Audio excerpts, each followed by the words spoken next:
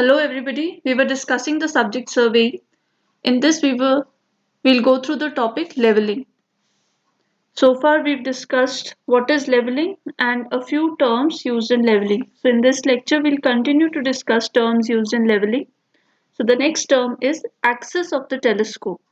Axis of the telescope मतलब it is an imaginary line joining the center of the eyepiece. Eyepiece मतलब यहाँ पे जो human measurement ले रहा है वो ह्यूमन कहाँ होगा, वो इस लेवल पे होगा और वो ये उसका आई लेवल होगा.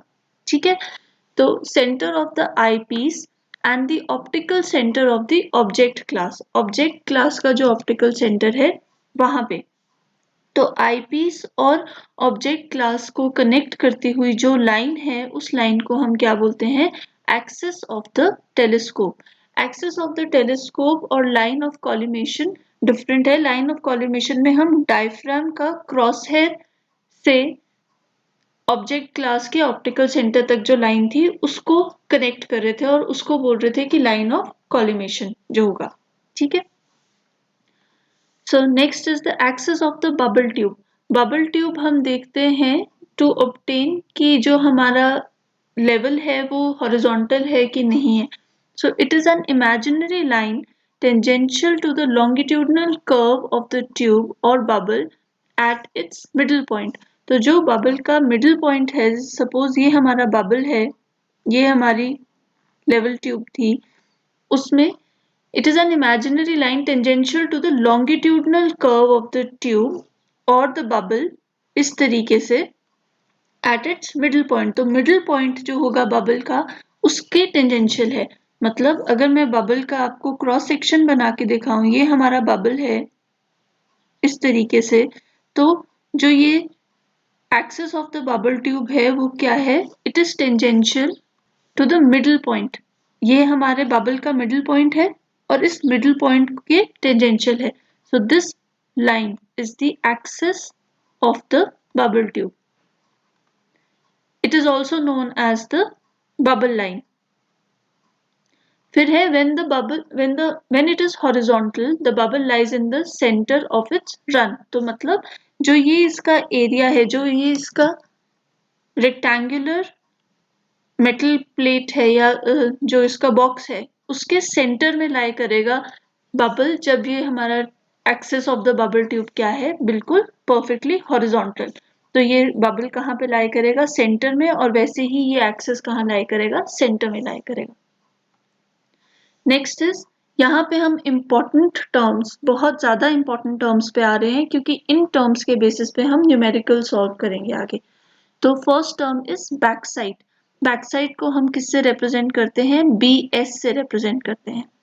It is a staff reading taken on a point of known R L as on a benchmark और अ चेंज पॉइंट. अब बेंचमार्क और चेंज पॉइंट क्या है, बेंचमार्क एक ऐसा पॉइंट है जिसका आर एल मुझे पहले से पता है. आर एल क्या है, नोन है. अब जब मैं कैलकुलेशन करने लगूंगी तो मैं हर टाइम डेटम तो हमने बना लिया है एक बारी, जैसे हमने बोला कि जीटीएस में जब हमने ग्रेट ट्रिग्नोमेट्रिकल सर्वे किया था तो एक डेटम मान लिया गया था कराची में. ठीक है, अब ये तो डेटम हो गया, मान लेते हैं ये हो गया वो कराची वाला डेटम. पर हमने क्या करना है, हमने तो और भी छोटे एरिया में सर्वे करना है. हम तो बस इतने से पीक पे सर्वे कर रहे हैं. तो जब मैं इस पीक पे आती हूँ तो ये पीक कुछ इस तरीके से है. ठीक है, अब मुझे यहाँ पे कुछ मेजरमेंट करनी है तो मुझे क्या पता है, मुझे पता है यहाँ पे एक स्टोन लगा है या एक नोन पॉइंट है जिसका आरएल मुझे जीटीएस के टाइम पे बता दिया गया था कितना है, 100 है. नहीं तो मैंने क्या अज्यूम कर लिया, ये एक कोई कांस्टेंट ऑब्जेक्ट है, जैसे कि यहाँ पे कोई बिल्डिंग है या फिर यहाँ पे कोई ऐसी ऑब्जेक्ट है जो मूव नहीं कर रहा है. कोई स्टोन है, कोई माइलस्टोन लगा है और माइलस्टोन के ऊपर क्या लिख रखा है, आरएल लिखा है. जैसे कि हम, अगर आप सुंदरनगर की बात करें तो पेट्रोल पंप से थोड़ा सा पीछे वहां पे आपको एक लेवल दे रखा है सुंदरनगर का. तो वो लेवल क्या है, वो हम बेंचमार्क मान सकते हैं उस पर्टिकुलर माइलस्टोन को अपने सर्वे के लिए, लोकल सर्वे के लिए। तो ये मैंने क्या मान लिया इसको, बेंचमार्क। तो इसको मैं क्या बोलती हूँ, BM। ठीक है, इसका आरएल क्या होगा, इसका आरएल मुझे नोन होगा, नहीं तो अगर मैंने बेंचमार्क अज्यूम करा है तो इस आरएल को मैं भी इसको क्या कर लूंगी, अज्यूम कर लूंगी। सपोज 100 मीटर्स अज्यूम कर लिया। ठीक है, तो जब मैंने इस बेंचमार्क से मैंने अपना इंस्ट्रूमेंट प्लेस किया इस पोजीशन पे, अब मुझे इस इंस्ट्रूमेंट से मुझे आगे रीडिंग्स लेनी है तो मुझे इस इंस्ट्रूमेंट के बारे में कुछ पता होना चाहिए, या मुझे इसको सेट करना है। तो मैं कहाँ देखूंगी, जो ये पर्टिकुलर बेंचमार्क है जिसका आरएल मुझे नोन है, इसका आरएल मुझे पता है। ठीक है, मैं इसकी तरफ देखूंगी यूजिंग माय टेलीस्कोप, यहाँ पे पीछे को। तो ये पॉइंट की मैंने कोई रीडिंग नहीं ली, इस पॉइंट को मैं कैसे यूज कर रही हूँ, रेफरेंस के लिए यूज कर रही हूँ। तो इस लाइन को क्या, इस पॉइंट को क्या बोला जा रहा है, बैक साइड। स्टाफ रखा था मैंने यहाँ पे, ये स्टाफ रखा गया है, स्टाफ पे मैंने बैक साइड की रीडिंग ली है और इस पर्टिकुलर फिगर में रीडिंग कितनी आ रही है, 2.640। तो मेरी बैक साइड की रीडिंग कितनी होगी, 2.640। It is the staff reading taken on a point of known RL as on a benchmark और अ चेंज पॉइंट। अब ये बहुत इंपॉर्टेंट है, it is the first reading taken after setting up the level. जैसे ही आपने level को setup किया है, जैसे ही मैंने अपने इंस्ट्रूमेंट को सेटअप किया है, प्लेस किया है, जो सबसे पहली मैं रीडिंग लूंगी वो रीडिंग मैं किसकी लूंगी, या तो मैं बेंचमार्क की लूंगी या फिर मैं चेंज पॉइंट की लूंगी। तो इस फर्स्ट रीडिंग को हम क्या बोलते हैं, बैक साइड। और बैक साइड को हम कैसा मानते हैं, पॉजिटिव मानते हैं। बैक साइड को हम क्या मानेंगे, पॉजिटिव। बैक साइड क्यों बोला जाता है, जरूरी नहीं है कि आपका सर्वे इस डायरेक्शन में हो रहा है और आप इस डायरेक्शन में ही बैक साइड लें। बैक साइड का मतलब है जो आपको पिछले सर्वे के हिसाब से एक नोन लोकेशन की आपने रीडिंग ली है, तो ये नोन लोकेशन है इस, और ये आपने पहले पता कर ली थी लोकेशन, इसलिए इसको क्या बोला जा रहा है, बैक साइड। वैसे ही अब आपने बीच, अब क्या किया, जब मैंने ये बैक साइड ले ली तो मेरा इंस्ट्रूमेंट सेट हो गया। उसके बाद मैं इस बैक साइड के हेल्प से कुछ कैलकुलेशंस करूंगी, हाइट ऑफ इंस्ट्रूमेंट कैलकुलेट करूंगी या बहुत कुछ, वो हम आगे देखेंगे आगे अपकमिंग लेक्चर्स में। अब मैंने बीच में कोई रीडिंग्स ली, जैसे कि रीडिंग इस पॉइंट की, पॉइंट ए की रीडिंग ली मैंने, पॉइंट बी की रीडिंग ली मैंने, पॉइंट सी की रीडिंग ली। अब क्या हुआ, पॉइंट ए, पॉइंट बी और पॉइंट सी की रीडिंग ले ली और मैंने इसको नोट डाउन कर लिया। इन पॉइंट्स को बोला जाता है इंटरमीडिएट पॉइंट्स। क्या बोला जाता है, इंटरमीडिएट पॉइंट्स। ठीक है, तो इन इंटरमीडिएट पॉइंट्स को हम क्या कर सकते हैं, इन इंटरमीडिएट पॉइंट्स की हेल्प से हमने ए, बी और सी की मेजरमेंट्स ले ली। अब यहाँ पे मेरा इंस्ट्रूमेंट और देर तक मैं नहीं रख सकती, क्योंकि मुझे अब आगे की रीडिंग्स नहीं विजिबल होंगी, क्लियरली नहीं विजिबल होंगी। जैसे कि अगर मुझे कोई इस पॉइंट की रीडिंग लेनी है, मान लेते हैं कि मुझे कोई पॉइंट था, पॉइंट एक्स, मुझे यहाँ पे रीडिंग लेनी है। तो जब मैं अपनी इस लाइन को एक्सटेंड करती हूँ इस तरीके से, तो मेरे पास जो स्टाफ, अगर मैं यहाँ पे स्टाफ प्लेस करूंगी तो बहुत नीचे की रीडिंग आएगी, और इतनी छोटी रीडिंग मेजर करना मेरे लिए क्या हो जाएगा, इम्पॉसिबल हो जाएगा। तो हम क्या करते हैं, हम अपने इंस्ट्रूमेंट को चेंज कर देते हैं और उसको किसी और लोकेशन पे ले जाते हैं। अब जैसे इसी पॉइंट के लिए मैंने अपना इंस्ट्रूमेंट यहाँ पे प्लेस किया और मैंने जब रीडिंग ली तो मैं एक इजीली यहाँ पे इस पॉइंट की रीडिंग ले सकती हूँ, बट इसको मेजर करना यहाँ से इस लेवल, इस पोजीशन ऑफ द लेवल से ये रीडिंग लेना बहुत डिफिकल्ट है। तो मुझे इंस्ट्रूमेंट को अपने चेंज करना पड़ेगा, इंस्ट्रूमेंट की लोकेशन को क्या करना होगा, चेंज करना होगा। तो हम क्या करते हैं, हम एक फोरसाइट लेते हैं। What is foresight, foresight is the last staff reading, जो लास्ट में आप रीडिंग लेंगे, taken before shifting of the level to another position. जब आपने जो लास्ट रीडिंग ली है, अब लास्ट रीडिंग कौन सी ले रही हूं मैंने इस पॉइंट पे लास्ट रीडिंग ली, ये जो ये पॉइंट ली मैंने इस पे last reading Lee.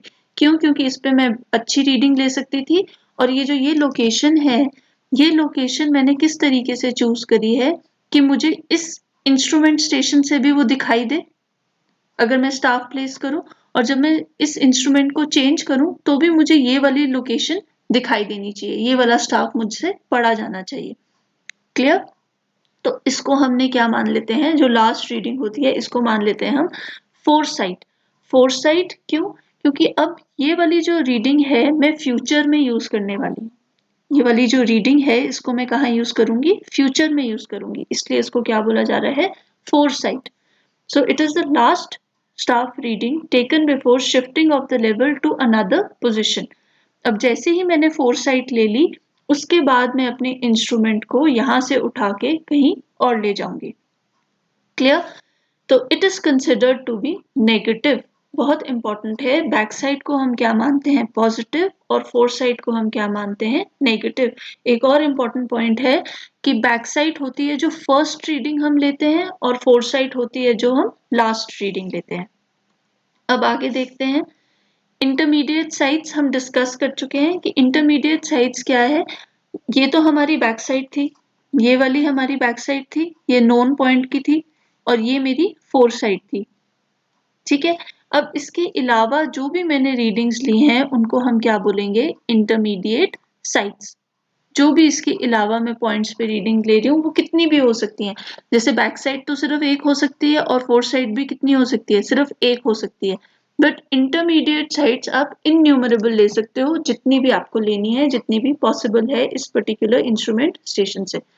So it is any reading other than the foresight और backside। foresight और backside के अलावा जो भी रीडिंग है उसको आप क्या बोल देंगे, intermediate side. taken on a point of unknown RL। अब इन पॉइंट्स, ये जो पॉइंट A B C थे इनके रिड्यूस्ड लेवल्स मुझे नहीं पता। जैसे कि बैक साइड जो थी इसका रिड्यूस्ड लेवल बेंचमार्क पे लिया था, बेंचमार्क का RL क्या था मुझे नोन था।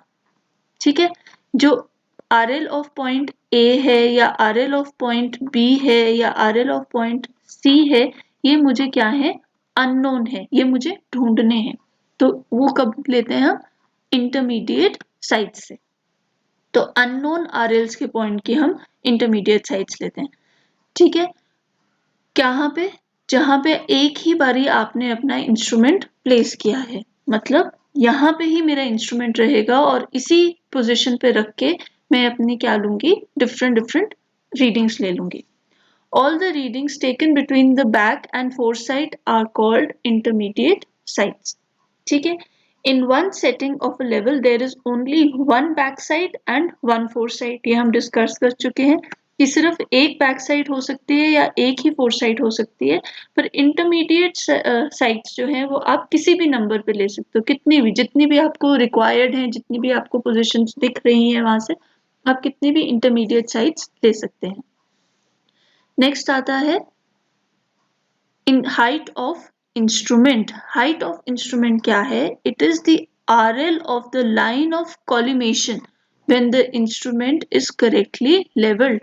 जब आपने इंस्ट्रूमेंट को सही से लगा दिया तो जो ये लाइन ऑफ कॉलिमेशन की जो RL है, इस पॉइंट का जो RL है, इस लाइन का जो RL है, उसको हम क्या बोल देते हैं, हाइट ऑफ इंस्ट्रूमेंट। तो अगर आप देखेंगे इस लाइन का RL जो है वो थ्रू आउट सेम रहेगा। इसका हाइट, अगर ये बेंचमार्क मान लेते हैं, इस बेंचमार्क का RL कितना था, 100 मीटर्स था, और इस बेंचमार्क से ये पॉइंट जो है, ये पॉइंट कितना ऊपर है, 5 मीटर्स ऊपर है। ठीक है, तो इसका RL कितना हो जाएगा, इस पॉइंट का RL हो जाएगा 105। अगर मैं इस पॉइंट की बात करूं,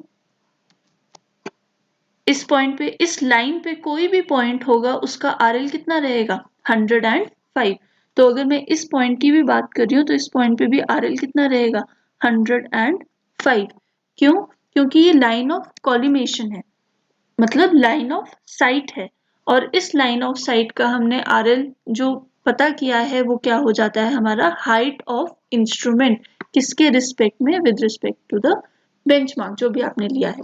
तो it is the reduced level of the line of collimation when the instrument is correctly leveled। जब आपने इंस्ट्रूमेंट को परफेक्टली हॉरिजॉन्टल कर दिया है।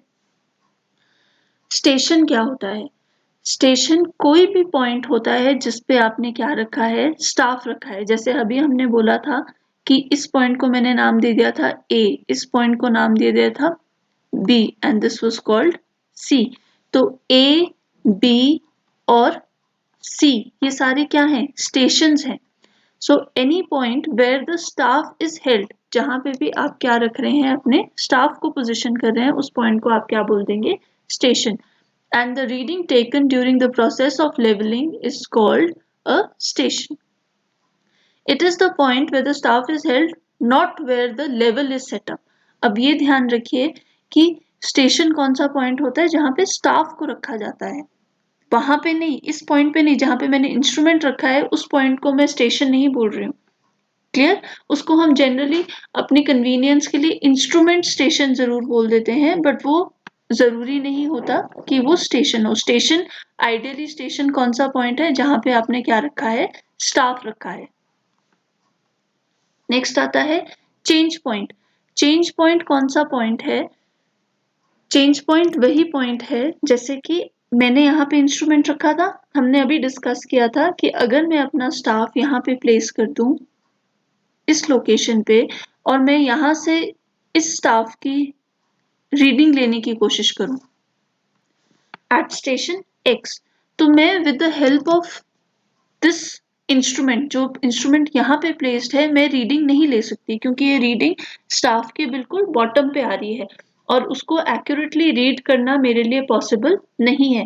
या फिर ऐसा भी हो सकता है कि मान लेते हैं कि ये जो पॉइंट था, ये पॉइंट कुछ इस तरीके से होता, तो मेरा पॉइंट एक्स कहाँ हो जाना था? यहाँ हो जाना था. ये लाइन तो इसके साथ कोइंसाइड ही नहीं कर रही है, स्टाफ मुझे दिखाई ही नहीं देना था. क्लियर? तो हम क्या करते हैं उस केस में हमें अपना इंस्ट्रूमेंट जो है वो शिफ्ट करना पड़ता है. यहाँ से ले जाके मैं किसी ऐसी लोकेशन पे ले जाऊंगी जहां से मुझे, जो हमने फोरसाइट पे पॉइंट लिया था, जिस पॉइंट पे हमने फोरसाइट ली थी, वो भी मुझे विजिबल होनी चाहिए इस इंस्ट्रूमेंट से, और मुझे और जो बाकी पोजीशंस मुझे रिक्वायर्ड है वो भी क्या हो जानी चाहिए? विजिबल हो जानी चाहिए इस लोकेशन से. तो इस पॉइंट को हम यूज कर सकते हैं ताकि मैं अपना इंस्ट्रूमेंट मूव कर सकूं. तो इस पॉइंट को, जो मुझे दोनों जगह से दिखाई दे रहा था, यहां से भी दिखाई दे रहा था और मुझे यहां से भी दिखाई दे रहा था, ये वाला पॉइंट, ठीक है, मुझे यहां से भी इस लोकेशन ऑफ इंस्ट्रूमेंट से भी दिखाई दे रहा है और मुझे इस लोकेशन ऑफ इंस्ट्रूमेंट से भी दिखाई दे रहा है. तो इस पॉइंट को मैं क्या बोलूंगी? Change point. It is the intermediate staff station on which two foresights and backsides are taken and is used for the purpose of changing the position of the instrument. जैसे कि मैंने आपको बताया कि इसी पॉइंट के रेफरेंस पे मैं यहाँ से इंस्ट्रूमेंट उठा के कहाँ ले जाऊंगी? किसी और लोकेशन पे ले जाऊंगी, क्योंकि ये पॉइंट, चेंज पॉइंट, मुझे दोनों जगह से विजिबल है. Its elevation should be accurately determined as it is used for future reference of the error in its effects, and it affects every succeeding RL. तो मतलब ये क्या हो जाएगा? इसका RL जो आपने लिया है चेंज पॉइंट का, ये बहुत इंपॉर्टेंट है. क्यों इंपॉर्टेंट है? क्योंकि देखिए, अगर मैं इस पॉइंट पे मेजरमेंट कर रही हूँ, अभी मेरा इंस्ट्रूमेंट इस पॉइंट पे है, जब इंस्ट्रूमेंट इस पॉइंट पे है, मैंने यहाँ से सारी रीडिंग्स ले ली जो मुझे लेनी थी. अब यहाँ से मुझे इंस्ट्रूमेंट को उठा के कहीं और ले जाना है. उठा के कहीं और ले जाना है तो मैंने क्या ली? फोरसाइट. मैंने यहाँ से एक रीडिंग ली और उसको मैंने क्या नाम दे दिया? फोरसाइट. फोरसाइट की हेल्प से मैंने क्या मेजर कर लिया? RL मेजर कर लिया. अब क्या होगा? अब मैं अपने इंस्ट्रूमेंट को यहाँ से उठा के इधर ले जाऊंगी और किसको लोकेट करूंगी? फिर से इस चेंज पॉइंट को लोकेट करूंगी, और इस चेंज पॉइंट पे स्टाफ रखा और स्टाफ पे रीडिंग ली. तो यहाँ पे ये इस तरीके से मैंने क्या ले ली? रीडिंग ली. ये मेरी फर्स्ट रीडिंग है, तो इस इंस्ट्रूमेंट स्टेशन के लिए ये क्या हो जाएगी? मेरी बैक साइड. तो इसी चेंज पॉइंट पे मेरी इस इंस्ट्रूमेंट स्टेशन से क्या आ रही थी? फोरसाइट. और इसी चेंज पॉइंट से मेरे इस इंस्ट्रूमेंट स्टेशन पे क्या आ रही है? बैक साइड आ रही है. जब मैंने फोरसाइट मेजर करी थी तो मैंने इसका RL मेजर करा था. उसी के हिसाब से अब जब मैं यहाँ पे इंस्ट्रूमेंट रख रही हूँ तो मैं बैक साइड को लूंगी और फिर मैं उसी RL की हेल्प से कैलकुलेशंस करूंगी. तो अगर इस RL में कोई दिक्कत आती है तो जो आगे के मैं पॉइंट्स लूंगी, एक्स वाई जेड जो भी यहाँ पे इस इंस्ट्रूमेंटेशन से जो मैंने पॉइंट्स लिए होंगे उन सब के आरएल में कुछ ना कुछ गड़बड़ आएगी अगर इस चेंज पॉइंट के आरएल में कुछ गड़बड़ है तो ठीक है तो it should be measured very accurately. So in today's lecture we covered a few more terms used in leveling. In the upcoming lecture we'll discuss the leftover terms. Thank you and stay tuned.